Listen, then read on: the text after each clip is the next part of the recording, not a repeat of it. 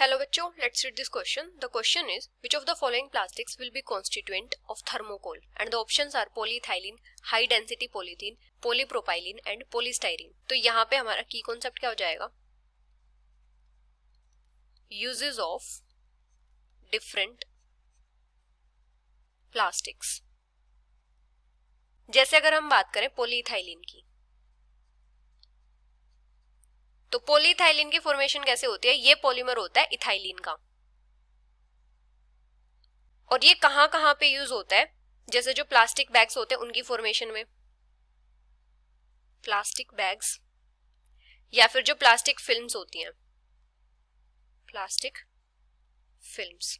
अभी अगर हम बात करें हाई डेंसिटी पॉलीथीन की, हाई डेंसिटी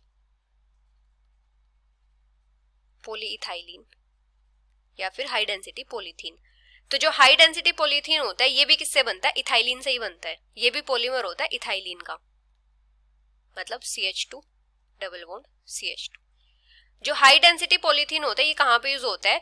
जैसे जो बोटल्स वगैरह होती है उनकी फॉर्मेशन में, जैसे जो शैम्पू बोटल्स होती हैं, या फिर चेयर्स में, या फिर टेबल्स वगैरह की फॉर्मेशन में। जो प्लास्टिक चेयर्स और टेबल्स होती हैं, ये क्या होता है? इसकी high strength to density ratio होता है, high strength to density ratio. अभी अगर हम बात करें पॉलीप्रोपाइलिन की,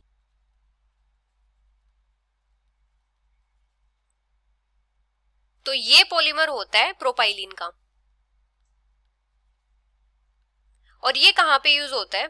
जैसे जो ऑटोमोबाइल बैटरीज होती है उनकी केसिंग में, ऑटोमोबाइल बैटरीज केसिंग या फिर उनकी कवरिंग में, या फिर ये कहां पे यूज होता है? रोप्स वगैरह की फॉर्मेशन में। अभी अगर हम बात करें पॉलीस्टाइरीन की, तो ये पॉलीमर होता है स्टाइरीन का, और जो पॉलीस्टाइरीन होता है ये कहां पे यूज होता है? जो डिस्पोजल प्लास्टिक होता है जैसे कि थर्मोकोल वगैरह में, disposal plastic such as thermocol. ये क्या होता है? इजीली ट्रांसफॉर्म हो जाता है लिक्विड स्टेट में जब इसको हीट करते हैं 100 डिग्री सेल्सियस पे, और इजीली फिर ये हार्ड भी हो जाता है जब इसको कूल करते हैं। Transforms into liquid state on heating at more than 100 degree Celsius and return to solid state on cooling। तो जो डिस्पोजेबल कप्स वगैरह होते हैं उनकी फॉर्मेशन में क्या यूज होता है? पॉलीस्टाइरीन। तो थर्मोकोल का कॉन्स्टिट्यूएंट कौन सा प्लास्टिक है? Polystyrene. So the final answer is option D. Hope you understood it well. Best of luck.